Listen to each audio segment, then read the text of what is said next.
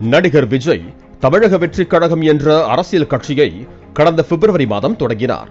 பின்னர் உறுப்பினர் சேர்க்கையை விஜய் ஆன்லைனில் தொடங்கி வைத்ததுமே உறுப்பினர்கள் அதிகமாக இணைந்ததால் சர்வரே முடங்கியதாக தவேகவினர் தெரிவித்தனர்.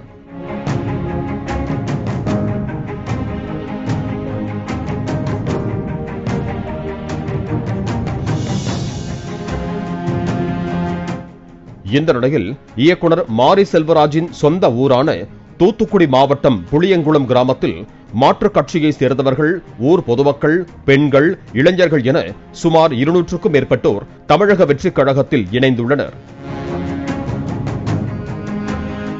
மேலும் வாழை படத்தில் கதாநாயகனாக நடித்த பொன்வேலுவும் தன்னை தமிழக வெற்றிக் கழகத்தில் இணைத்துக் கொண்டார்.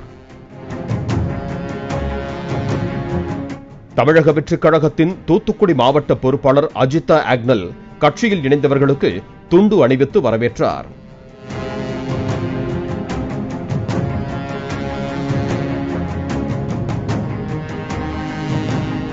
பின்னர் செய்தியாளர்களை சந்தித்த அஜிதா ஆக்னல் அதிமுக, திமுக, விசிக, பாஜக, கம்யூனிஸ்ட் கட்சிகளிலிருந்து விலகி 200க்கும் மேற்பட்ட மக்கள் தவேகவில் இணைந்துள்ளதாக தெரிவித்தார்.